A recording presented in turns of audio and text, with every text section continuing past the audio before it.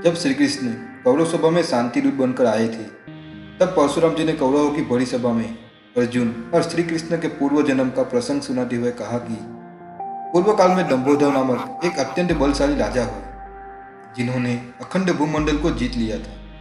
इस बात का राजा को बड़ा घमंड हो गया कि मेरे समान दूसरा कोई बलशाली नहीं।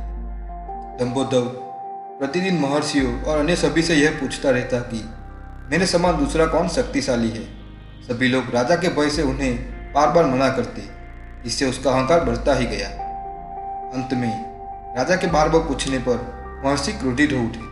उन्होंने कहा, राजन, दो ऐसे पुरुष रत्न हैं जिन्होंने युद्ध में अनेकों पर विजय पाई, तुम कभी उनके समान हो ही नहीं सकते। राजा ने पूछा, वे कौन हैं और कहाँ हैं? तब महर्षियों ने बताया, वे नर और नारायण नाम वाले तपस्वी हैं जो गंधमादन पर्वत पर घोर तपस्या कर रहे हैं।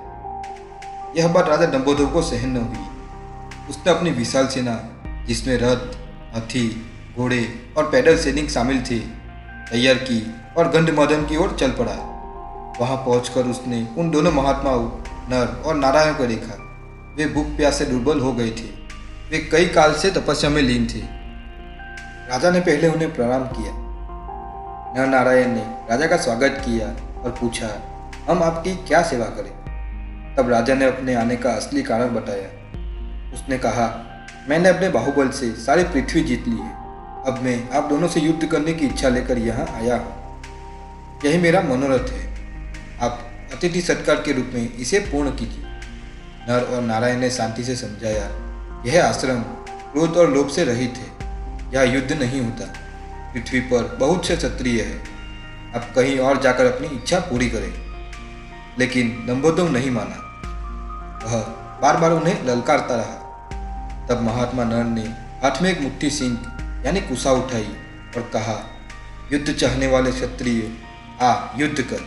अपने सारे अस्त्र शस्त्र ले ले। आज मैं तेरा युद्ध विषयक निश्चय दूर किए देता। राजा दंभोदर ने अपनी सेना के साथ मिलकर उन तपस्वियों पर बाणों की वर्षा शुरू कर दी। लेकिन महात्मा नर ने उन भयानक बाणों की परवाह न करके उन घास के तिनकों से ही राजा के सारे वार रोक दिए। महर्षि नर ने उन अभिमन्यु सैनिकों पर एसिकास्त्र का प्रयोग किया। उन सिखों ने माया के द्वारा सैनिकों को बींध डाला। यह देखकर दंभोदर का सारा अहंकार चूर चूर हो गया। वह नर मुनि के चरणों में गिर पड़ा और बोला, भगवान, मेरा कल्याण हो। तब भगवान नर ने उन्हें क्षमा करते हुए उपदेश दिया, राजन, आज से तुम ब्राह्मण हितैषी और धर्मात्मा बनो। फिर कभी ऐसा साहस न करना। अपने से बड़े या छोटे किसी भी राजा पर घमंड में आकर आक्षेप न करना। राजा ने उनके चरणों में प्रणाम किया और अपनी राजधानी लौटकर धर्म का आचरण करने लगा। चैनल को लाइक करें, सब्सक्राइब करें और शेयर करें तथा बेल आइकन को प्रेस करें।